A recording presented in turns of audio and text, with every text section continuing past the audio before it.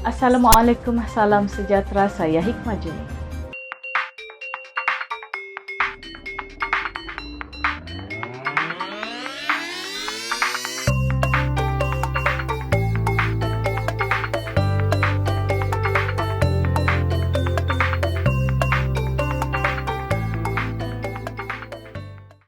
Kita ke perkembangan COVID-19 di Sabah hari ini.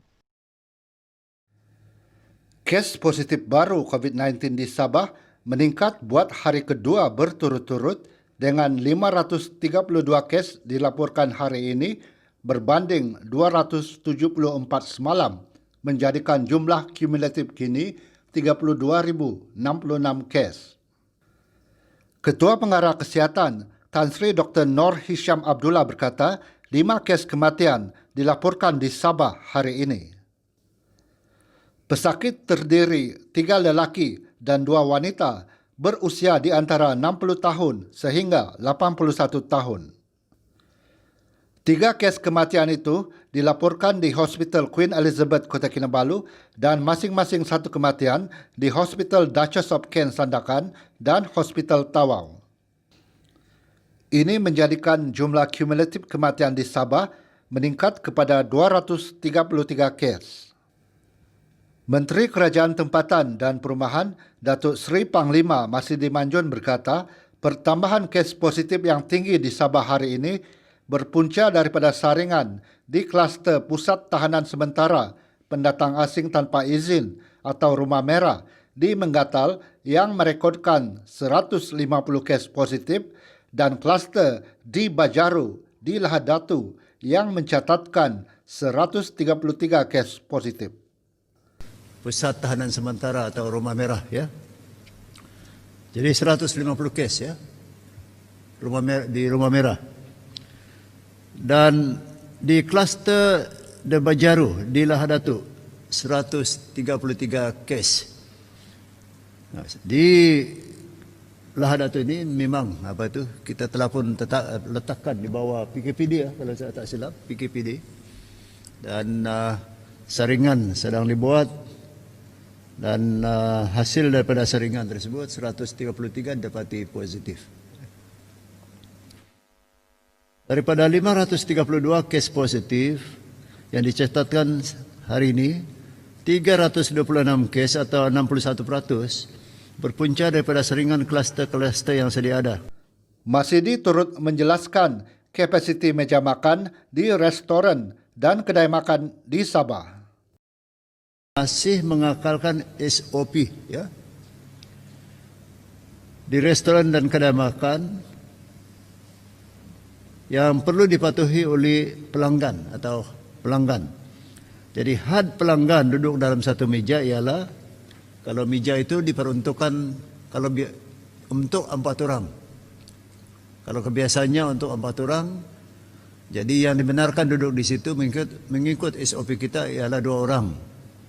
Kalau meja itu kebiasaannya sebelum ada SOP ini boleh diduduki atau 6 orang duduk. Sekarang mengikut SOP cuma 3 orang yang dibenarkan duduk. Dan begitu jugalah kalau meja yang besar yang selalunya boleh memuatkan 8 orang, kita hanya benarkan 4 orang. Masidi berkata demikian semasa sidang media perkembangan semasa COVID-19 negeri Sabah di Kota Kinabalu lewat petang tadi. Hari ini, 233 pesakit telah sembuh di Sabah, manakala 1,805 pesakit sedang menerima rawatan. 293,718 bakul makanan telah diagihkan. Untuk membangunkan semula sektor pelancongan di Sabah, Masidi berkata untuk memulihkan semula industri pelancongan negeri bukan mudah kerana memerlukan perancangan yang teliti, masa yang lama dan kos yang besar. Tidak terlalu mengharapkan kepada vaksin ini sebagai faktor utama bagi pemulihan sektor pelancongan. Kalaupun misal katalah vaksin diperkenalkan di Sabah pada barangkali suku pertama tahun hadapan. Tetapi ini bukan bermakna pelancong akan terus datang. Ia akan mengambil masa untuk memulihkan keyakinan. Kita buka sempadan kita bukan bermakna pelancong terus berduyung-duyung datang. Rasa khawatir, rasa takut juga ada pada mereka. Ini kita kena paham betul-betul nih. Itu satu faktor. Faktor kedua, operator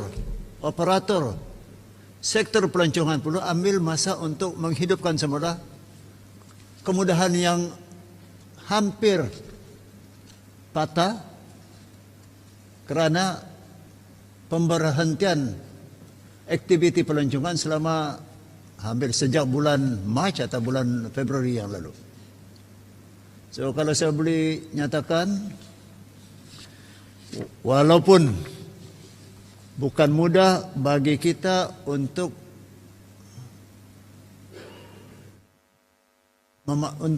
membawa semula sektor pelancongan di Sabah ini kembali bugar, tapi dia bukan sesuatu yang mustahil. Masidi berkata, sehingga hari ini 8.535 orang telah menjalani ujian saringan di Taman Telipuk Ria, yaitu kawasan terbesar dikenakan Perintah Kawalan Pergerakan Diperketatkan PKPD di Sabah, dan 550 orang didapati positif. Namun, ramai lagi yang belum berbuat demikian. Saya tahu ramai yang saya dipahamkan lah. Ada juga yang tidak mau datang karena takut ditahan nanti atau dibawa ke PKRC ataupun ke hospital kalau didapati positif. Saya pikir kita akan ubah sikap ini. Kalau didapati positif, sebenarnya sedikit sebanyak kita menyelamat saudara mara kita dan sahabat-sahabat kita. Karena selagi apabila kita positif tetapi terus berjalan seperti biasa atau balik ke rumah seperti biasa, kita sebenarnya menjadi pembawa kepada virus tersebut, dan lambat laun kita akan menjangkiti keluarga tersayang kita, kepada sahabat-sahabat handai kita yang berjumpa dengan kita. Jadi message saya ialah, kalau kita sayang keluarga kita, sayang anak-anak kita, tolonglah jalani ujian atau saringan COVID ini. Kerana inilah tanda kita sayang kepada keluarga kita untuk memastikan kita semua selamat. Katanya, dakwaan kononnya seluruh pekan Dongongon di Penampang akan ditutup selama 2 hari untuk proses disinfeksi adalah tidak benar. Seluruh pekan Dongongon akan ditutup dalam 2 hari bermula esok atau bermula hari ini dan sebagainya, kerana KKM atau Kementerian Kesehatan Malaysia akan membersihkan atau sanitize ya seluruh kawasan pekan Dongongon. Adakah ini benar? Jawapan ringkas saya, tidak benar. Fake news. Mengenai SOP di pusat beli belah, Masidi berkata SOP sedia ada berkaitan had pengunjung dan penjarakan fizikal kekal. Kita telah menyiasat dan dapati bahawa penjarakan sosial masih diamalkan. Penjarakan fizikal masih diamalkan. Dan kita akan pastikan bukan saja mereka yang datang atau pelanggan yang ikut atau mematuhi penjarakan fizikal ini, tetapi pihak pengurusan gedung atau mall juga harus bertanggungjawab untuk memastikan kawalan. Saya tahu setiap mall itu dia ada pasukan atau pengawal keselamatan. Itu boleh digunakan untuk tujuan memastikan pematuhan kepada penjarakan fizikal ini. Dan seperti mana yang saya nyatakan lebih awal tadi, masuk ke kedai untuk membeli belah itu juga ada had jumlah orang yang dibenarkan masuk pada setiap masa. So this is the responsibility of the operator of the premise. Ya. Dan kita telah pun menyatakan bahawa ada penalti tertentu ya yang boleh dikenakan kepada mereka yang ingkar, both untuk pelanggan dan juga kepada operator premis. Jadi of course saya haraplah dalam keadaan atau suasana kita hendak menyambut perayaan Christmas tidak lama lagi, we hope that there is no reason for us to use punitive measure. But I think we need to adhere to all the SOPs so that everyone will be safe. Kerjasama erat Kerajaan Sabah dan Persekutuan melancarkan pelaksanaan dasar dan program pembangunan. Setiausaha Persekutuan Sabah, Datuk Samsuni Mohamad Noor berkata, kerjasama erat antara kerajaan negeri dan persekutuan sangat penting untuk memastikan dasar dan projek yang dirancang di peringkat pusat dapat dilaksanakan sebaik mungkin. Sehubungan itu, beliau yakin keserasian antara kerajaan Sabah dan persekutuan pada masa kini mampu melancarkan pelaksanaan dasar dan pembangunan projek yang telah dirancang di Sabah. Samsuni berkata beliau bersama agensi persekutuan di Sabah akan memastikan bahawa segala dasar atau projek yang diarahkan di peringkat persekutuan dapat dilaksanakan sebaik mungkin. Beliau berkata demikian selepas mengadakan kunjungan hormat terhadap Ketua Menteri Datuk Seri Panglima Haji Jinor di pejabatnya di Pusat Pentadbiran Negeri Sabah semalam. Ini adalah kunjungan pertamanya ke atas Ketua Menteri selepas Gabungan Rakyat Sabah GRS menerajui kepimpinan Kerajaan Sabah. Antara dibincangkan termasuk dasar-dasar yang perlu diselaraskan demi kebaikan rakyat di Sabah. Kelemahan kontraktor menjejaskan tempoh siap projek Lebuh Raya Pan Borneo Sabah. Pembinaan projek Lebuh Raya Pan Borneo di Sabah bagi jajaran Lahadatuk Bypass tidak mencapai objektif yang ditetapkan. Ia berikutan penawaran tender terhad kepada 10 syarikat yang tidak memenuhi kriteria pemilihan. Menurut laporan Ketua Audit Negara 2019 Siri 1, perkara itu secara keseluruhannya telah menjejaskan pencapaian Indeks Prestasi Utama KPI rakan pelaksana projek PDP dalam aspek tempoh penyiapan projek itu. Menurut dapatan audit terhadap Kementerian Kerja Raya dan Kementerian Pembangunan Infrastruktur Sabah, kontraktor yang tidak berkeupayaan telah dipilih. Tindakan tidak diambil walaupun kontraktor tidak mematuhi syarat kontrak. Terdapat isu pengambilan balik tanah yang tidak selesai dan pemantauan yang kurang berkesan. Prestasi fizikal keseluruhan projek Lebuh Raya Pan Borneo Sabah bagi 11 pakej kerja semasa tarikh penamatan perkhidmatan PDP pada 21 September tahun lalu adalah 12.8%, iaitu lewat 29.1% berbanding 41.9% yang dirancang. Bagi prestasi jajaran Lahadatuk Bypass pula hanya mencapai 37.4% berbanding jadual sebanyak 45.7%, iaitu lewat jadual sebanyak 8.3% semasa PDP ditamatkan. Bagaimanapun, prestasi keputusan projek Lebuh Raya Pan Borneo Sabah dan jajaran Lahadatuk Bypass belum dapat dinilai kerana belum disiapkan setakat 31 Disember tahun lalu. Laporan itu mengesyorkan Kementerian Kerja Raya untuk memilih kontraktor yang belum ditawarkan pakej kerja dan menepati kriteria pemilihan ditetapkan seperti berkemampuan dari segi kewangan. Kontraktor yang dipilih juga harus mempunyai keupayaan teknikal, pemilikan jentera dan mesin serta berpengalaman dalam kerja pembinaan berkaitan jalan raya.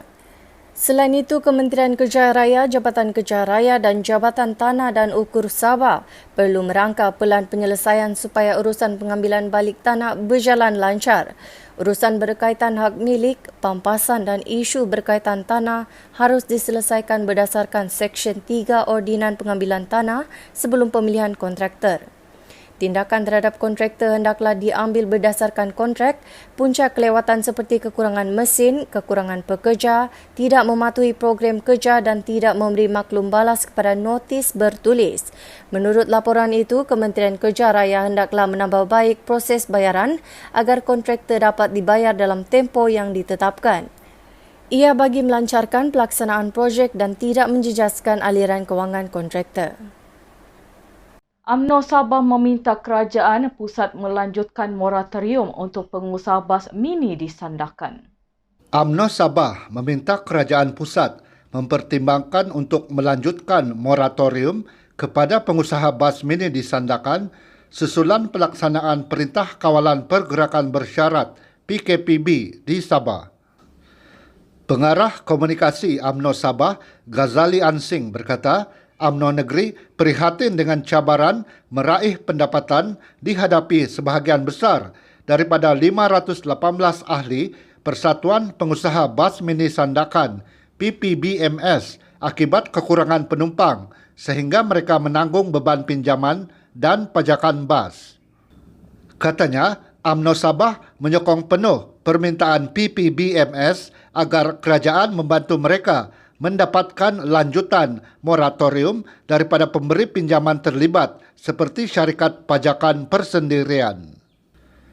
UMNO Sabah turut menggesa Menteri Pengangkutan Datuk Seri Dr. Wee Ka Siong agar dapat melaksanakan inisiatif bantuan sara hidup kepada pengusaha bas secara menyeluruh seperti melalui Suruhanjaya Pengangkutan Awam Darat SPAD yang perlu diperhalusi dan diperluaskan kepada semua pengusaha bas mini.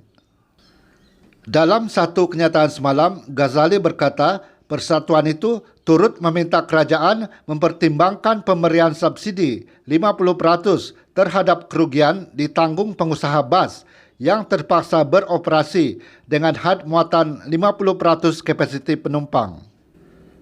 Kerajaan juga diminta mempertimbangkan pemberian bantuan one-off bersama kategori perkhidmatan pengangkutan awam lain seperti taksi, e-hailing dan pemandu pelancong.